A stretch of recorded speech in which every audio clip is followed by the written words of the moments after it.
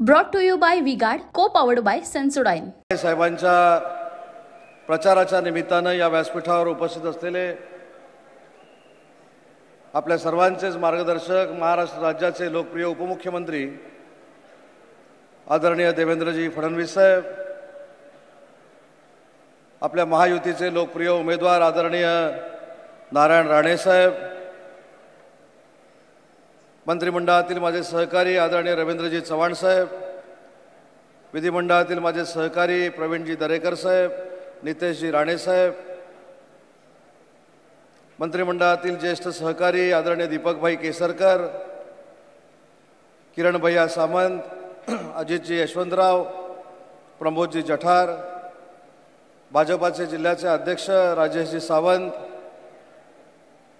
जिल्हा प्रमुख राहुलजी पंडित, राष्ट्रवादी काँग्रेस पक्षाचे व्यासपीठावरील सर्व पदाधिकारी, शिवसेनेचे पदाधिकारी, भाजपाचे पदाधिकारी, महायुतीच्या प्रत्येक मित्रपक्षाचे पदाधिकारी आणि मोठ्या संख्येने उपस्थित बंधू आणि भगिनींनो, आपल्या सगळ्यांच्या वतीनं या जिल्ह्याचा पालकमंत्री म्हणून आपले नेते देवेंद्रजींचं मी मनापासून या जिल्ह्यामध्ये स्वागत करतो आणि या जिल्ह्याच्या वतीनं आपल्या सगळ्यांच्या वतीनं पालकमंत्री या नात्यानं शब्द देतो की देशाचे पंतप्रधान नरेंद्र मोदी साहेब 4 जून नंतर होणारच आहेत. 400 पारचा नारा आपण दिलेला आहे आणि या 400 खासदारांमध्ये आमचे रत्नागिरी सिंधुदुर्ग जिल्ह्याचे खासदार नारायणराव राणेसाहेब देखील असतील. हा शब्द या जिल्ह्याचा पालकमंत्री म्हणून आणि महायुतीच्या सगळ्या पदाधिकाऱ्यांमार्फत मी आपल्याला देतो. साहेब, आजची निवडणूक आहे ही कोकणाच्या दृष्टीनं अतिशय महत्त्वाची निवडणूक आहे.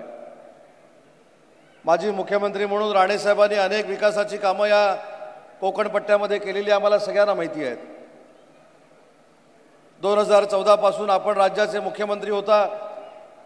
आपण मुख्यमंत्री असताना देखील कोकणाला विकासात्मक न्याय आपण दिलेला आहे आणि त्यानंतर आता महायुतीच्या सरकारमध्ये एकनाथ शिंदे साहेबांच्या नेतृत्वाखाली आणि आपल्या मार्गदर्शनाखाली अनेक विकासात्मक कामं ह्या कोकण पट्ट्याला झालेली आहेत.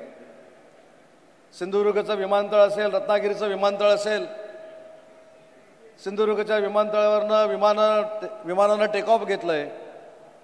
पुढच्या वर्षीपासून रत्नागिरीच्या विमानतळावरनं देखील विमान टेक ऑफ घेणार आहे. एवढा निधी देवेंद्रजी आपण या कोकणाला आणि विशेषतः रत्नागिरी जिल्ह्याला दिलेला आहे. आपल्या संकल्पनेतल्या अनेक योजना या कोकणवासियांनी स्वीकारलेल्या आहेत आणि त्याच्यातनं अनेक विकासाची कामं या रत्नागिरी जिल्ह्यामध्ये झालेली आहेत.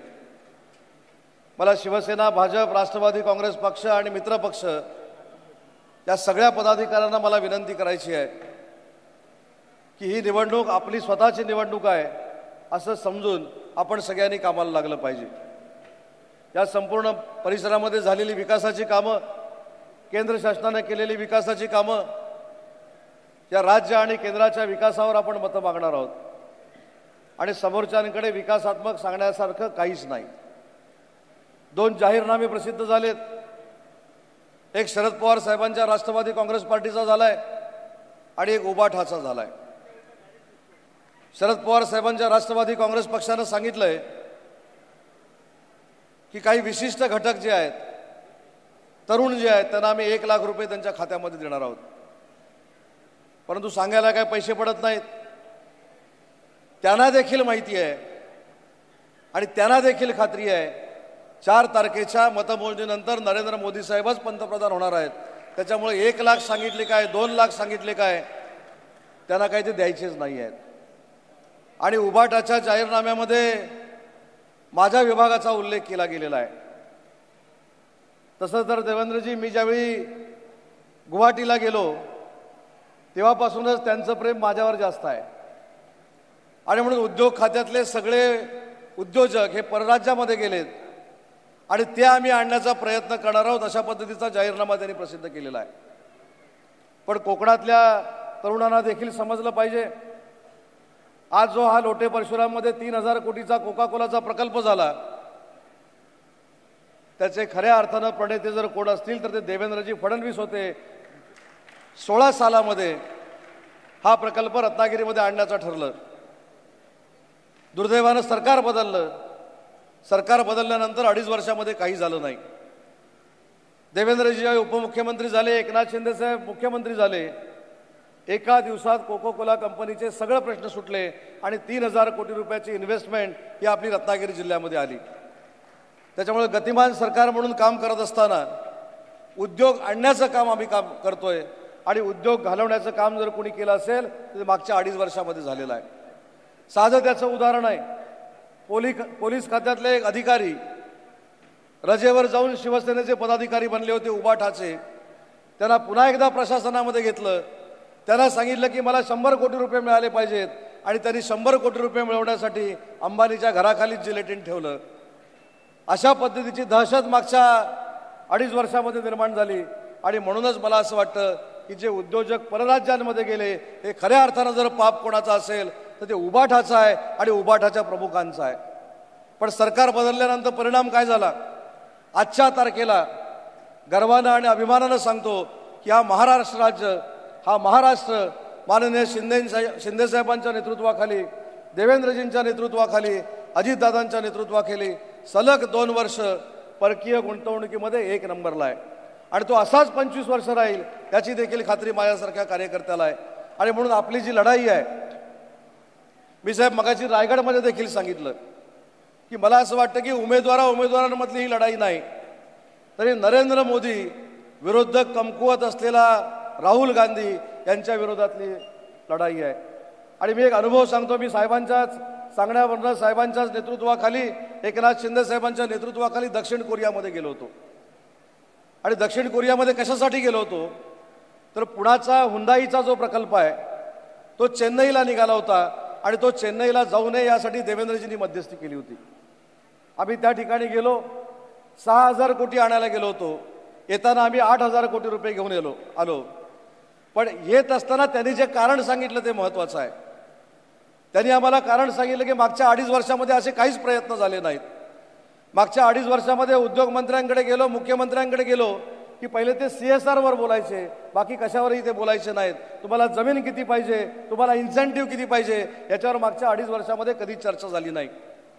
परंतु मला अभिमान वाटतो सांगायला, मुख्यमंत्री आणि विशेषतः देवेंद्रजींनी जो पाठपुरावा केला होता त्या पाठपुराव्यानंतर आम्हाला तिथल्या व्हाईस प्रेसिडेंटनी असं सांगितलं की नरेंद्र मोदी साहेबांचं समर्थन करणारं सरकार हे महाराष्ट्रामध्ये आलेलं आहे आणि म्हणून चेन्नईला चाललेला हुंडाईचा प्रकल्प आम्ही महाराष्ट्रामध्ये आणतोय आणि 8,000 लोकांना आम्ही आता रोजगार देणार आहोत. आणि म्हणून मला असं वाटतं की ही लढाई जी आहे ही पंतप्रधान पदाच्या उमेदवाराच्या संदर्भातली लढाई आहे. ज्यांच्या आघाडीला उमेदवार मिळाला नाही, ज्यांच्या आघाडीकडे पंतप्रधान पदाचा उमेदवार नाही आणि आपल्या आघाडीकडे, आपल्या युतीकडे ज्यांनी आपल्या देशाचं नाव जगाच्या पातळीवर मोठं उज्ज्वल केलं, त्या नरेंद्र मोदी साहेबांना पुन्हा पंतप्रधान करण्यासाठी आपली लढाई आहे. आणि म्हणून मगाशी मी सांगितलं, मी देखील एकनाथ शिंदे साहेबांच्या आणि देवेंद्रजींच्या नेतृत्वाखाली 3-4 मतदारसंघामध्ये होतो. पहिल्या फेजची जी निवडणूक झाली, पहिल्या टप्प्याची जी निवडणूक झाली, दुसऱ्या टप्प्याची निवडणूक आज होते. मला खात्री आहे कार्यकर्ता म्हणून सगळ्याच्या सगळ्या जागा या महायुतीच्या निवडून येतील आणि 7 तारखेला ज्यावेळी हे मतदान होईल तर ही जागा देखील महायुतीचीच असेल, हा आशावाद या ठिकाणी व्यक्त करतो. देवेंद्रजींचं पुन्हा एकदा जिल्ह्यामध्ये स्वागत करतो आणि देवेंद्रजींना सगळ्यांच्या वतीनं काँग्रेस, राष्ट्रवादी काँग्रेस, भाजप, शिवसेना आणि मित्रपक्षाच्या वतीनं शब्द देतो की सगळी लोक घर टू घर जाऊन प्रचार करतायत. त्याचा पाहिजे तर आपण अहवाल घ्यावा. आपल्याकडे गृहविभाग असल्यामुळे कुणी काही सांगितलं तर ते चालणार नाही याची देखील मला कल्पना आहे. आणि म्हणून सगळे कार्यकर्ते स्वतः उमेदवार असल्यासारखे या मतदारसंघामध्ये कामाला लागलेले आहेत.